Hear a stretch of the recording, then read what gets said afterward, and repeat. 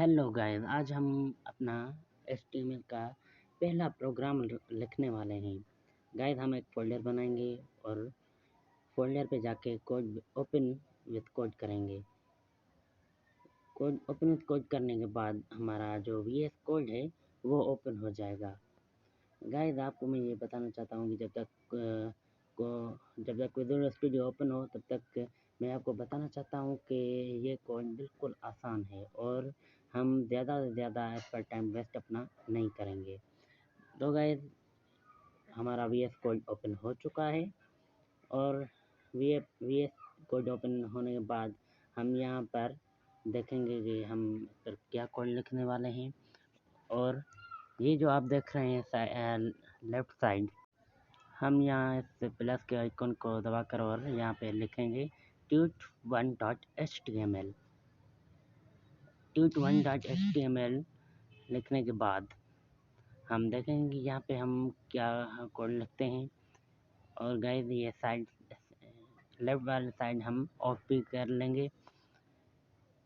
तो गाइस, यहाँ हम बॉयलर प्लेट लगाने वाले हैं। ये जो आप देख रहे हैं ये हमने ये पंक्चुएशन लगाई है, ये हमें ये इमेज के काम आती है और सजेशन करती है ये कि हम क्या कोड लिखने वाले हैं। तो गाइस, ये जो हमारी है ये बॉयलर प्लेट है। हम इसे बॉयलर प्लेट कहते हैं, जो कि हम जब पंक्चुएशन लगा लेते हैं तो ये अपने आप ही आ जाती है। VS कोड ये हमें इमेज अपने आप देता है। तो गाइस, ये अपने आप देता है। आप ज़रा भी इसको देख के परेशान मत होना कि ये क्या आ गया है।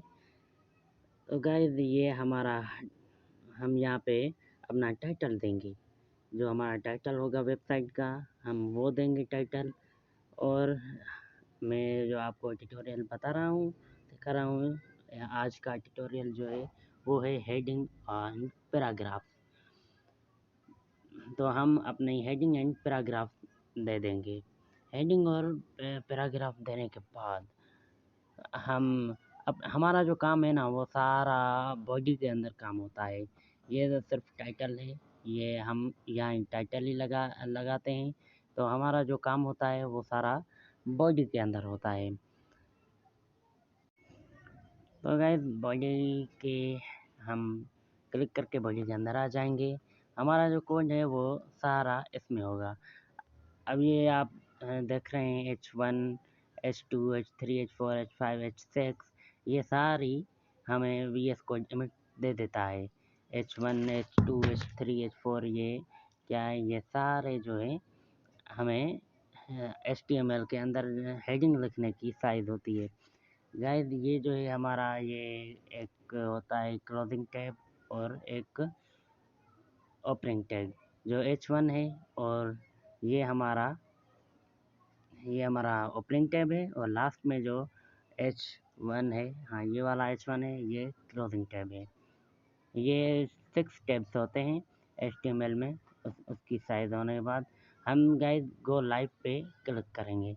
गो लाइव पे क्लिक करने के बाद हमारा क्रोम ब्राउज़र ओपन होगा और हमें देखने को मिलेगा इसकी साइज़ वगैरह जो भी हम यहाँ पे कोड लिखेंगे वो गो लाइव पे मैंने जब इंस्टॉल करवाया था। गो लाइव सर्वर ये उसका है, यहाँ नीचे कॉर्नर में आता है गो लाइव।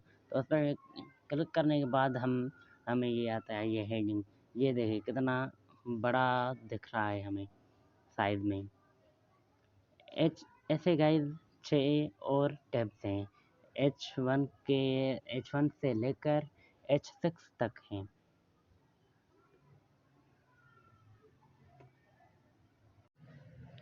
अब हम H2 दे देंगे और H2 में भी हम कुछ ना कुछ लिख लेंगे। H3 दे देंगे। ये जो है ये एक क्लोजिंग टैब है और एक ओपनिंग टैब है। जो लेफ़्ट साइड है वो ओपनिंग टैब है और जो राइट साइड है वो क्लोजिंग टैब है। मतलब कि हम जो प्रोग्राम लिखेंगे उसको बंद भी करेंगे, ये उसके काम आता है।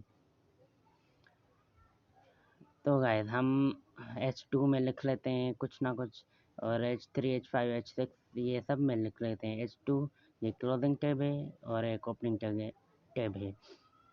तो H2 में हम हेडिंग लिख लेंगे।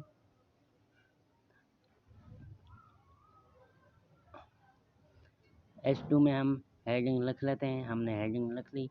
और H3 में चले हम ऐसा करते हैं कि सब में सेम ही लिख लेते हैं हेडिंग। ये मुझे आपको कोड देना भी होता है तो इसलिए मैं यही लिख लेता हूँ। अब पर आपकी जो मर्ज़ी चाहे आप वो आप इस हेडिंग में लिख सकते हैं। अब गाइस ये देखें, ये जो हमने सारी H1 H2 H3 H4 H5 H6 ये सारी जो हेडिंग हमने लिखी है, ये आपको मैं बताना चाहता हूँ कि ये सारी हमने हेडिंग जो लिखी है ये साइज़ के मुताबिक होती है। अब क्या है कि हम देखेंगे इसकी साइज़ भी देखेंगे, कंट्रोल एस करके सेव करेंगे और फिर गो लाइव। तो हमारा लाइव सर्वर तो ओपन ही है, हम क्रोम ओपन करके देखेंगे। तो आप देखिए ये जो H1 है दिस इज़ हेडिंग वाला, वो कितना बड़ा है, और उसके नीचे फिर छोटा छोटा छोटा H6 वाला सबसे छोटा। तो ये होती हैं हमारी इस हेडिंग साइज़। अब हम चलिए बात कर लेते हैं पैराग्राफ की। अब पैराग्राफ में भी ऐसे ही है, हम पी लिखेंगे तो VS कोड हमें सजेशन करता है, इसलिए हम पी लिखकर सिर्फ इंटर ही कर लेते हैं तो हमें एक पी का क्लोजिंग टैब और एक ओपनिंग टैब दे देता है। अब गाइस हमने पी के अंदर, पी का मतलब होता है पैराग्राफ, तो हम इस पी के अंदर एक पैराग्राफ लिखेंगे, this is paragraph. Control S करके सेव करेंगे। सेव करने के बाद हम क्रोम ब्राउज़र पर जाएंगे तो दिस इज़ पैराग्राफ लिखा आएगा। तो ये होता है, ऐसे काम करता है पैराग्राफ लाने में। अब हम चाहते हैं कि एक दूसरा भी पैराग्राफ हो और हम दूसरा भी पैराग्राफ लिखेंगे। अब गैस देखिए पी मल्टीप्लाई बाय 4 हम करेंगे तो हमें क्या मिलेगा, हमें 4 पैराग्राफ लिखने की जगह मिल जाएगी इमेज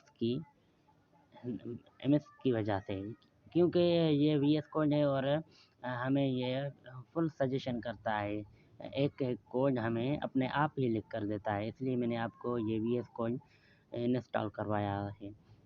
तो हम इसमें भी लिखेंगे, कंट्रोल एस करके सेव करेंगे। सेव करने के बाद ये देखिए ये हमारा this is other paragraph second third fourth ये आ गया। अब गाइस हम एक बड़ा कोड लिख लेते हैं, जैसे एक बड़ा कोड लिख लेते हैं।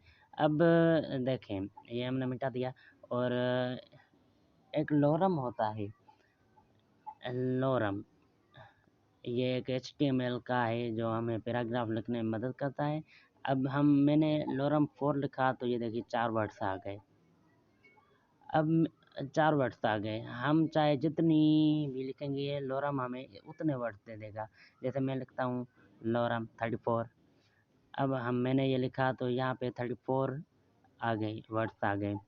अब ये ज़रा सा ऐसे ही दिखाई दे रहा है तो हम अपनी सेटिंग में कमांड प्लेट पे जाएंगे और यहाँ पे आप वर्ड लिखेंगे, यहाँ टोगल वर्ड रैप लिखेंगे तो ये आ जाएगा।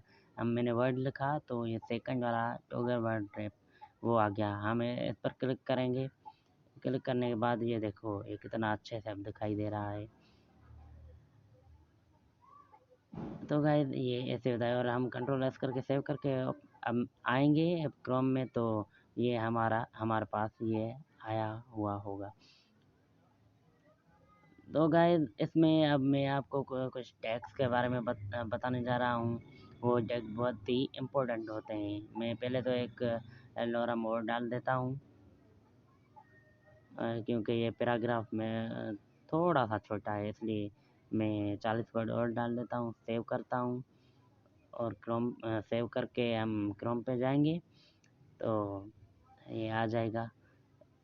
अब इसमें हम ये देखेंगे कि हम पैराग्राफ के अंदर किस राइटिंग को या किसी भी एक वर्ड को बोल्ड कर सकते हैं, एटलिक कर सकते हैं। तो ये देखिए, ये एक पैराग्राफ है, हम मैं इसे अब बोल्ड करने जा रहा हूँ।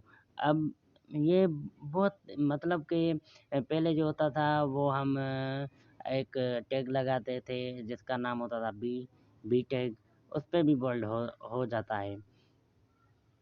हम अगर जिस वर्ड के एक टैग्स लगाएंगे, बी और ओपनिंग टैग और पी क्लोज टैग लगाएंगे तो वैसे भी हो जाएगा, पर एक अच्छी प्रैक्टिस ये है कि आप इसमें स्ट्रॉन्ग लगाएं। ये मैं यहाँ से कट कर रहा हूँ और इनके दरमियान में इनके बीच में लिख लेता हूँ ये वर्ड, दो वर्ड जो होते हैं, और मैं कंट्रोल एस करके सेव करूँगा तो देखिए ये हमारे पास एक स्ट्रॉन्ग ये बहुत ही अच्छी प्रैक्टिस होती है स्ट्रॉन्ग, जैसे कि कोई भी वर्ड स्ट्रॉन्ग हो। ये भी स्ट्रॉन्ग एक टैग है जो हमें बोल्ड करना बताता है। और हम वैसे तो भी लगा सकते हैं। ये मैं यहाँ से हटा रहा हूँ और मैं यहीं ऊपर लिख लेता हूँ एक स्ट्रॉन्ग, जैसा कि आपको सही से समझ में आ जाए। तो मैं यहाँ पे लिख लेता हूँ दिस इज स्ट्रॉन्ग। ये एक टैब है, ठीक है ना। हम कंट्रोल एस करके सेव करेंगे और देखेंगे, ये देखिए दिस इज स्ट्रॉन्ग आ गया। और इटैलिक करने के लिए हमें एम्फेसाइज ये एक ई एम टैग होता है, हम शॉर्ट फॉर्म में से ई एम कहते हैं, ये हम कर सकते हैं। हालांकि हम तो इटैलिक करने में आई लिख कर सकते हैं, पर ये एक अच्छी प्रैक्टिस नहीं है, इसलिए हम न्यू न्यू मतलब कि न्यू आते हैं ना टैग्स न्यू आते हैं तो हम वो कर लेते हैं। अब ये है कि हम इटैलिक में आई लगाएंगे, आई से भी वो आ जाती है, पर हम चाहते हैं कि ये मॉडर्न वर्ड्स जो होते हैं ना, ये हमें एक अच्छी प्रैक्टिस के लिए ये लगाएं। हम यहाँ पे एम्फेसाइज में लगाएंगे। अब हमें ई एम टैग्स लगा लिए। ई एम का भी एक क्लोजिंग टैब होता है और एक ओपनिंग टैब होता है, तो हम यहाँ पे लिख लेंगे दिस इज एम्फेसाइज और कंट्रोल एस करके सेव करेंगे। तो ये मतलब कि ये बहुत अच्छी प्रैक्टिस होती है। ये हम आई टैग और पी टैग लगाने के बाद हमें ये देखने को मिलेगा कि ये एक मॉडर्न वर्ड्स हैं। अब होता ये है कि हम भी लगा लेते हैं। भी लगा के हम राइटिंग को बोल्ड तो कर सकते हैं। ये हम बी टैग लगा लिया। मैं यहाँ पे अगर लिख लगा लेता हूँ दिस इज बोल्ड, तो ये भी बोल्ड ही होता है। ये हमें राइटिंग जो हमारे वर्ड्स होते हैं ना उसको बोल्ड कर देता है। पर अच्छी प्रैक्टिस के लिए मैं बार बार यही कह रहा हूँ, अच्छी प्रैक्टिस के लिए स्ट्रॉन्ग और एम्फेसाइज भी आप यूज़ करें। और आई इटैलिक, दिस इज इटैलिक, ये भी हम सेव करेंगे तो ये भी आ जाएगा। ये देखें दिस इज बोल्ड और दिस इज इटैलिक आ गया। पर गैस जो अच्छी प्रैक्टिस है ना, वो आप स्ट्रॉन्ग और एम्फेसाइज लगा लगा कर वो लगाइएगा आप भी। और उसके बाद जो होते हैं कुछ टैक्स और होते हैं, पहले तो ये मैं हटा लेता हूँ। और उसके बाद जैसे कि लाइन ब्रेक का एक आता है, जैसे कि मैं यहाँ ये सेकंड लाइन पे कर लेता हूँ और सेव करके देखता हूँ तो ये देखिए ये तो वहाँ पे ही है। HTML ये इस सभी लाइन को जितनी भी बार हम देखेंगे ना, ये सारी लाइन को ब्रेक नहीं करता। ब्रेक के लिए एक टैग है जिसके बारे में आपको मैं बताऊं कि BR, ये ओपनिंग टैग और क्लोजिंग टैग ये दोनों एक ही होते हैं। ये ऑटोमेटिक है, मतलब कि ऑटोमेटिकली ये अपने आप ही बंद हो जाता है। अब हम कंट्रोल एस करके यहाँ पे हम अगर सेव कर लेते हैं तो जो हमारा दिस इज अदर पेरा होगा वो नीचे लाइन पे आ जाएगा। और उसके बाद एक और टैग है HR, ये हॉरिजॉन्टल लाइन करेक्ट करता है। हम HR लगा के देखते हैं तो ये एक HR हमने दे दी हॉरिज़ॉन्टल लाइन, और एक ऊपर भी दे देते हैं पैराग्राफ के, लॉरम पैराग्राफ के। हमने ये एक ऊपर भी दे दी। ये देखिए, ये आप लगा सकते हैं अपनी वेबसाइट को अच्छा बनाने में। आप ये सब टैग्स लगा सकते हैं। और इसके बाद और भी टैग्स हैं, जैसे टी टैग है, ये और भी टैग्स हैं। आप ये उस पर सर्च करें गूगल पर, तो आपको दिखेंगे कि HTML में क्या क्या टैग्स होते हैं। तो गाइस, ये जो हाँ हमारे ऊपर आप देख रहे हैं बॉयलर प्लेट जब हमने लगाई थी तो ऊपर आए थे मेटा टैग्स। ये भी एक टैग है जो यहाँ पे आ रहा है। ये मेटा मेटा मेटा ये एक टैग्स हैं। ये भी मैं इनके बारे में आपको आगे बताऊंगा। इनके बारे में मैं आपको आगे चल के बताऊंगा कि इनका काम क्या होता है और ये किस काम के लिए आते हैं। तो आप ये देख सकते हैं हमारे यहाँ पे H1 से लेकर H6 तक और पैराग्राफ ये सारे हमने यहाँ पे लिख लिए हैं। और इसमें जो B tag, I tag, HR tag, BR tag, ये सब भी हमने टैग लगा लिए हैं। आप बस इस कोर्स को, प्लेलिस्ट को आप समझें और बढ़ते जाएं आगे। एक वीडियो समझ में नहीं आती तो आप बार बार देखिए और डाउनलोड करके भी देखिए। तो गाइस, मैं यहाँ पर लगा लेता हूँ एक कमेंट लगा लेता हूँ। कमेंट के बारे में भी मैं आपको बताऊँगा कि कमेंट क्यों लगाते हैं। कमेंट हम यूज़र्स इसलिए लगाते हैं क्योंकि हमें आपको ये कोड देना होता है और इसीलिए हम कमेंट्स लगाते हैं। जैसे कि मैंने ऊपर एक कमेंट लगा लिया है, H1 to H6 is the heading for size। H1 से लेकर H6 तक है जो ये हेडिंग है, ये हेडिंग की साइज़ है। और lorem is the paragraph two, मतलब कि आप लॉरम 34-5 जितने भी करेंगे वो आपको वही पैराग्राफ दे देगा। और मैं आपको ये अभी बता देता हूँ कि जो कमेंट्स होते हैं ना, कंट्रोल पकड़ के बैक स्लैश जो फॉरवर्ड स्लैश होती है, हम वो कंट्रोल करके वो लगाएंगे तो ये कमेंट बन जाएगी। और कमेंट जो है वो हमारी इसमें यूज़र में कमेंट हो जाती है। हम अपना आउटपुट देखेंगे तो उसमें कुछ भी नहीं